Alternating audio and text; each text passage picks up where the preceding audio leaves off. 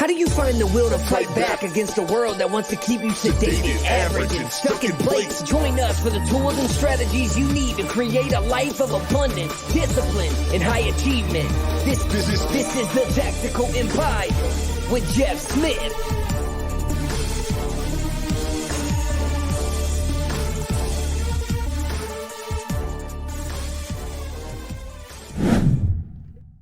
Welcome to another episode of the Tactical Empire. Today I'm joined by none other than Sean Ryder. How are you, my friend? I am extremely upset. Jeff just had the perfect size shirt on, probably a medium, fit his body perfectly, and he changed into a bigger shirt. Jeff, you need tighter. It was shirt. definitely a large. I don't have any mediums in my possession ever, so that would be inaccurate.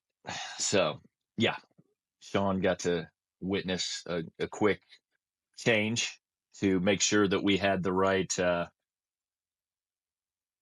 wardrobe in place. I take all the mediums. I am a medium guy. I did when we were at App State baseball the other week. They were throwing out free T-shirts, and my wife picked up our 4-year-old son and put him on her shoulders. So they tossed one right to him, and it was a adult large shirt. And I wore it around the house the other day, and it's just like there's something about a large that like it's too loose. Like I don't know, like if it's the arm. I just like tight shirts on my arms. You know, you got to. Yeah, man. I get you.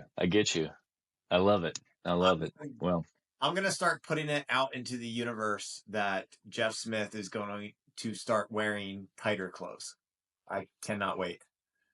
I weigh 215 pounds. I can't wear mediums no matter what. Like there's just no, it's not happening. 6 foot. How do you weigh 215, bro? I'm 5'11 and a half. I weigh 191. And that's on creatine. If I got off creatine, I would immediately deflate to 182. Like I walk around at 182, but when I'm on creatine, dude, 191 minimum. Yeah. I used to have a saying about people that were not grown man weight, and that's 200 pounds. 200 pounds. I don't care what your height is. It's 200 pounds. If you're not grown man weight. Hey, go to Google and type in Sean Ryder App State, and you will see me at 205. My second year of college, after a full year of training with the national championship football team, my traps are to my ears, and I look miserable. I love that. That should be you right now. All you need is three steaks a night, a couple baked potatoes, man, every day. Yeah, I eat enough protein, but not enough to mass out. I eat probably 150 to 185, but no, we're good. We're good. This is not the fitness episode, but I'm going to come out of left field because I didn't tell you what the topics were today. But the reason why I'm going to put out into the universe that Jeff is going to wear tighter clothes is because Jeff is a big believer at doing just that, putting things out into the universe. He has read a handful of books about such topics. And so I'm actually just going to sit back, relax, and let Jeff pontificate around the metaphorical RV park bonfire. And Jeff, imagine you had a few Miller Lights in you and someone asked you about your thoughts on the universe. What would spew out of Jeff Smith's mouth? Oh man, this could go any direction. But I am very, very. I don't know if you call it spiritually connected to the universe. I believe that that there's energetic fields, and we have the ability to manifest kind of our own destiny with our brains, and that we can do that positively or negatively. And that most of the things in your life, like your phone and your television and your Miller Lite, are just jamming up your signals and causing you to not truly connect with getting all of the spiritual downloads from the universe that you should be getting. I think most people don't spend enough time quiet enough to listen and figure that shit out. I mean, that's why one of our biggest exercises when we start is a vision exercise And most people have not ever even done that. And then once you start doing a vision exercise, you also it's hard to deny like what I'm talking about here, because you get better and better at it, and then you start manifesting more and more of those things into your reality. And then if you do look back in a few years and you do see these things that you were thinking about, and focused on, coming to fruition in your life in one manner or form, sometimes it's not how you envision it. But then you sit there and you have this aha moment. You're like, oh, I got exactly what I wanted. It just didn't look like I thought it looked when we first thought about that. Right. And that happens all the time. Like, because you get what you actually focus on over time. And this, like I said, it happens positively and negatively. That's why you got to clean up what is going on in your head most, and make sure that you're not focused on the negative things, to an extent, because you're magnetically attracting things to you at all points in time, good and bad. And I mean, you can believe this is all spiritual woo woo and stuff like that, which I mean, that's fine. But at the end of the day, there's too many examples in my life and in other people's lives that I watch that things happen based on where your head's at and where your focus is. Um, and so, I mean, I just got a phone call earlier with a guy who had made what he deemed a dumb decision. It was out of character for him, out of his general like lane, if you will. He's not a risk taker, and he took a risk, and it ended up not being catastrophic, but he's still like mentally beating himself up about it, just because it was a decision that's out of character for him. And but he's allowing it to dominate today, which is then affecting other areas of his life. It's negatively affecting his business. It's negatively affecting his bank account. It's negatively affecting how he's interacting in his relationships right now, because of his inability to deal with like the shame of the decision. And so that underlying emotion has now manifested itself into making him attractive to all these other negative things. And so, I mean, there's instances in our lives that I'm sure we could all point to where you get in your own head and you start either not wanting something so badly that it happens because that's your focus, right? Like, I don't go broke, don't go broke, don't go broke. I don't want to go broke. And like all that happens is your money keeps slipping out the back door because you're focused. That is your focus. Even though you feel like you're not negatively focused, that's all you're focused on, as opposed to being focused on the gains. This is where the gap in the gain comes into play too. If you can look at it on a macro level, um, you really have to be careful where your thoughts are aligned, and because where that energy flows, you're going to get results flowing back to you. So I don't know where you wanted me to take that, but that's my How 2 second.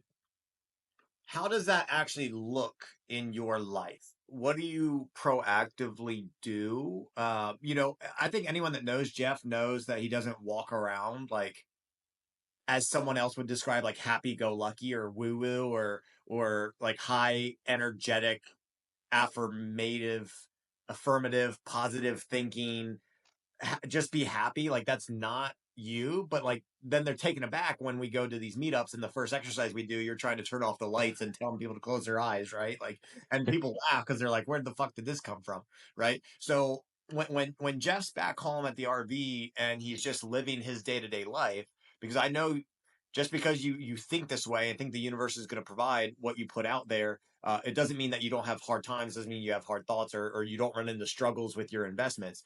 What does the tactical day to day or week, like what does this actually look like? How do you go through this process? How do you go through this exercise for yourself? How regularly and when and why? For me, I try to spend time quietly every day, and whether that's walking like in nature alone. That's why it's so disruptive for me to have. And I've talked about this to the group numerous times. My 5-year-old is at a season where she wakes up very early, and she throws off all of that processing. to an extent. So I've got to be more deliberate and intentional about getting it other times. Um, but ultimately, it's about um, kind of analyzing, and I talk to the group all the time about awareness, right? What is that awareness? It's like stillness to think and to evaluate what's going on in your life, and then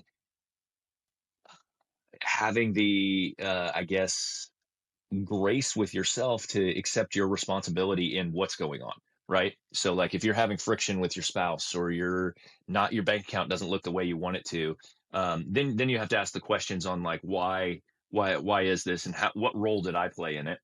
Okay.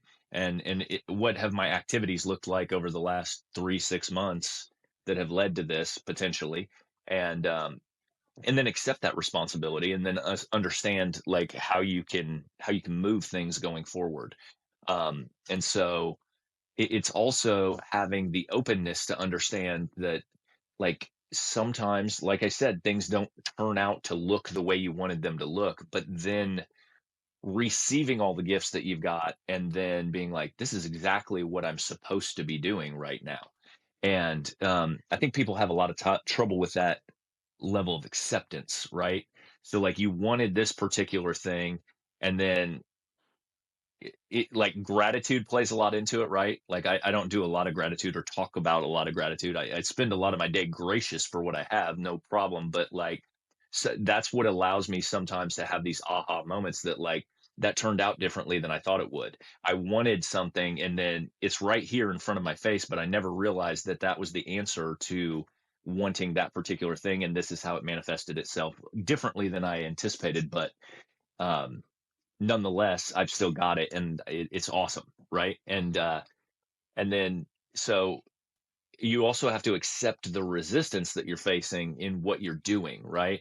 So like if you want to grow a company to $1 million a year or whatever with 80% profit, okay, that's what it could be a goal of yours, but like you're not going to get that until you receive kind of the backside of that particular gift, which is going to be all the growth and resistance necessary to make you that person um, that is capable of receiving that. Or you're going to get it and it's just going to blow out the back door, like we were talking about. Meaning, like you got $1 million and the thing went bankrupt the next year, right? And when that happens, you have to evaluate the situation and say, the reason that happened is because you were incapable of maintaining that level at the time. So whoever you grew into to receive that was an incapable person to maintain that particular level. And so it really, all that we're talking about here is like the journey of the human experience, and what you're trying to do, or what I'm trying to do, is constantly expand my edges of this human experience. And when I go try to take on another objective and I fall short, or I lose out and it doesn't turn out to be what I thought it was, I have to realize that it's just a reflection on who I've grown into at the time. And maybe I was inadequate to receive that particular level of whatever gifts, if you will.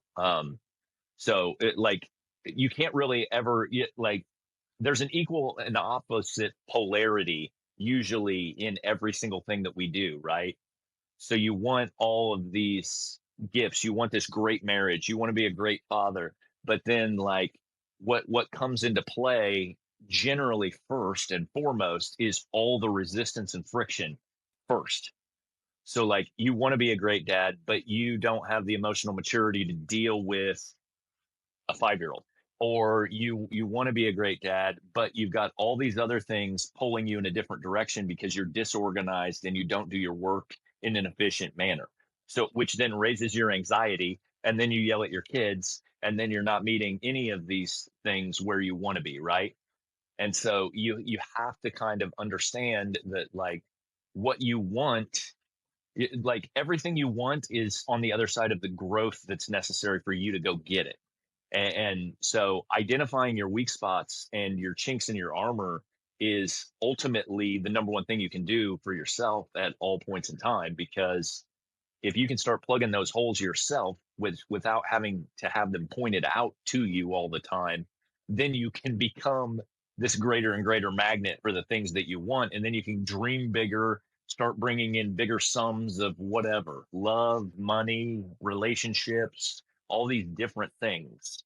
And so while I may not put it in like a lovey-dovey hippie spiritual like package, ultimately it is like extremely spiritual at its core, because I think that when I talk about the human experience, our human experience is one of growth and pursuit of excellence and like being the best version of ourselves that we possibly can before our fucking light is snuffed out on in this particular realm or body, right?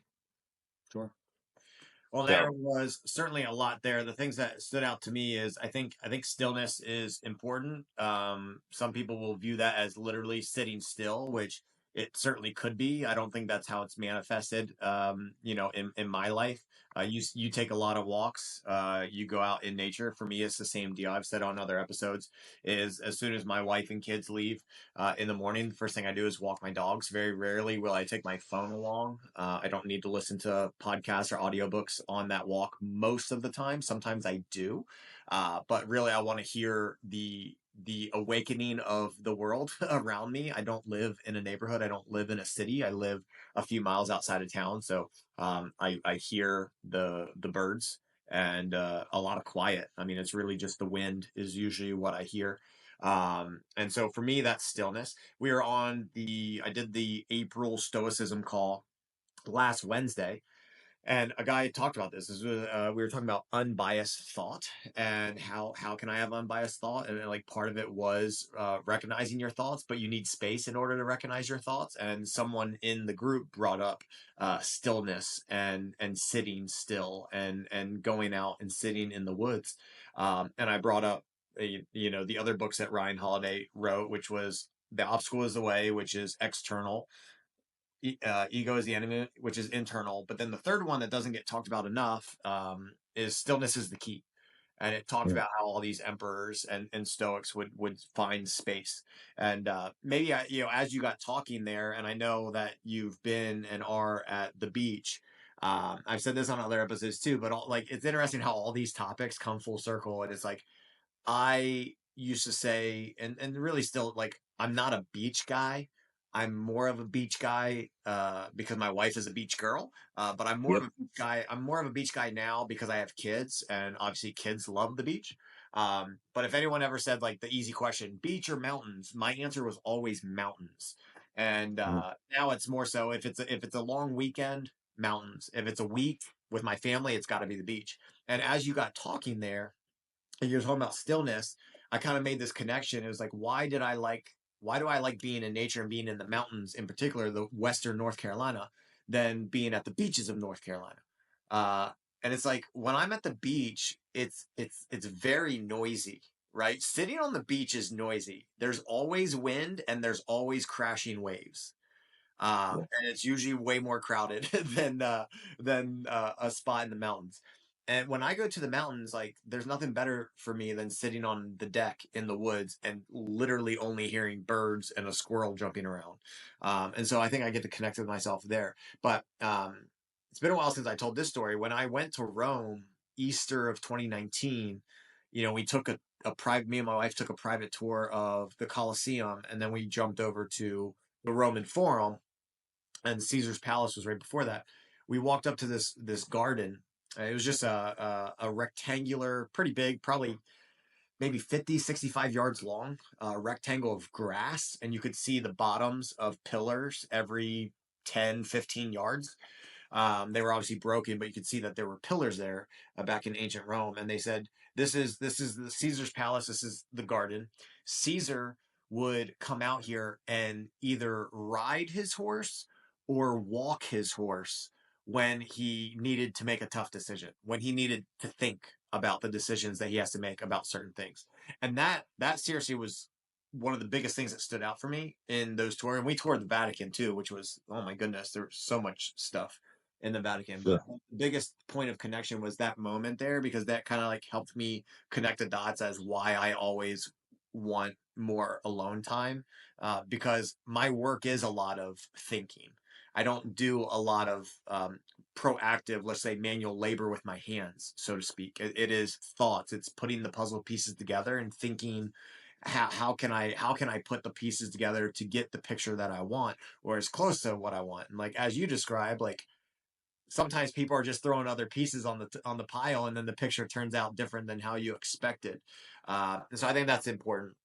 I think something you described there as well came up on the call, and it was a guy was going through some struggles and getting what and building what he's trying to build, and it was like, hey, everything looks like it's failing until it's not. Like every strategy looks like it's not working until it actually yields the results. And that's one thing that I keep in mind. I think it does go back to the Pareto principle that I've been harping on for months now, damn near a year. And keeping the main thing, and keeping things simple, and just doing the damn 1 to 3 things that are yielding the most results. And so whether you describe it in the way that you do with kinetic energy and fields of energy and connecting to the universe, for me, I think all of this, I think there's something to be said about the universe and what it puts in your path and what the destiny is for you. But then I also don't want to downplay your own role in the game. And that was one of the lessons that I taught the men at Jacksonville meetup was, hey, has anyone seen this formula? E plus R equals O. And I was actually really surprised when like literally no one raised their hand. And I said, well, the E is the event. The event plus your response equals the outcome. And I saw that in a personal development book. And it's like, okay, things happen, an event happens, a situation happens, a scenario happens, and then you have a moment to where you can have a response, whether it's immediate or days later or a month later, right? Depending on the scale of this. Those two things added together dictate the outcome. But what I told the guys was I like to alter that formula from a mental perspective. And it is, I just want to change the mathematical formula, and I want to divide the event mentally by 2. And I want to square it my response. So if I can mentally exponentially increase the power that my response has, and mentally downgrade the impact, again mentally, of what an event means in my life, um more so from a negative perspective, like this bad shit happened in my Hmm. investment or whatever, then I empower myself to have more control over the outcome. I don't know if that plays into what you're saying there. Yeah. I definitely don't want people to just be like, oh yeah, shit'll turn out. Like, I don't think that's what we really mean here, but I do want to empower the individual to play into what the universe is providing to them. Well, yeah, I mean, you have to play your role. You have to take action. You have to do, like, part of what I'm talking about being a person that's worthy of receiving any of this stuff. Like, it is built on the human being that you're becoming. Do you have the consistency to to bring these things into your world?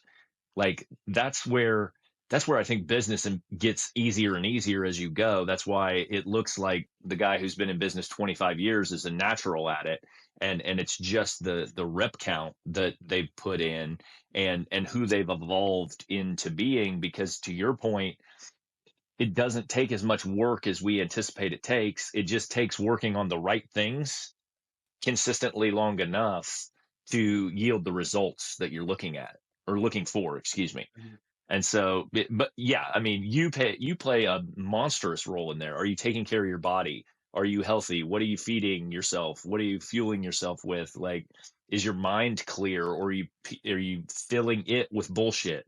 Are you fucking watching porn all the time? Are you watching the news all the time? Are you, like, filling it? It's just like inputs and then outputs, right? Like, but there's a level of sanctity that it seems that the universe knows on what you need to be evolving towards or into to receive the things that you're looking for.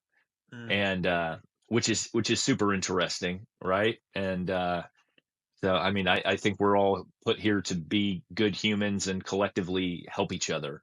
And I think if you're not bringing that level of positivity on a regular basis, you're jamming up your ability to grow and receive and evolve into greater heights and different levels of awareness and receipt of things.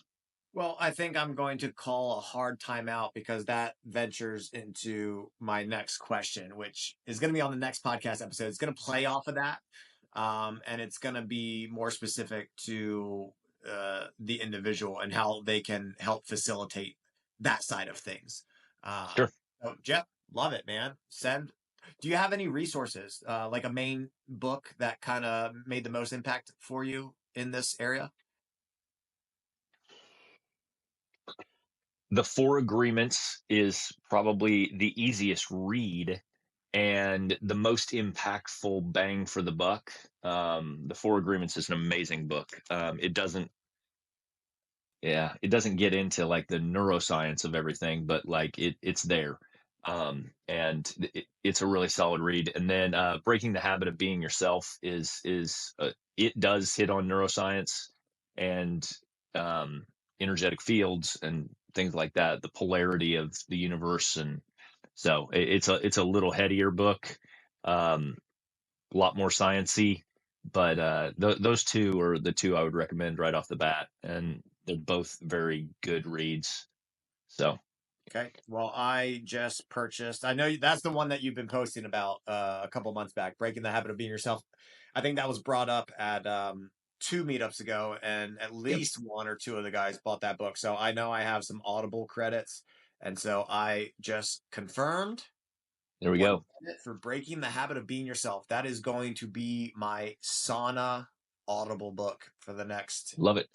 few weeks. Jeff, love it, brother. Send the people out.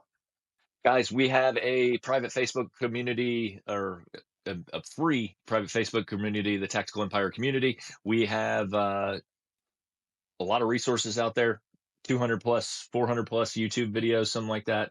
And hit us up if you have any questions about any of this stuff. We're happy to help. You can DM us on Instagram is the best place to get a hold of us. If you're looking to get into our programs, please don't hesitate to reach out to us. We have some new programs rolling out and some new one-on-one coaching opportunities. We have an accelerator program that's our on-ramp program where you get to work with both Sean and I for 12 weeks. And another one, I'm opening up one-on-one coaching. Sean may be opening up one-on-one coaching, and a little higher ticket. It's a bigger investment, but we'll dig into your business, your life, and everything else, and kind of hold your hand and get unlimited access to us. And yeah, so hit us up if you're interested, and have a kick-ass week. We would love to hear from you if this episode made an impact on you, or you had any good thoughts, or wanted to share anything. Have a great week. Take care.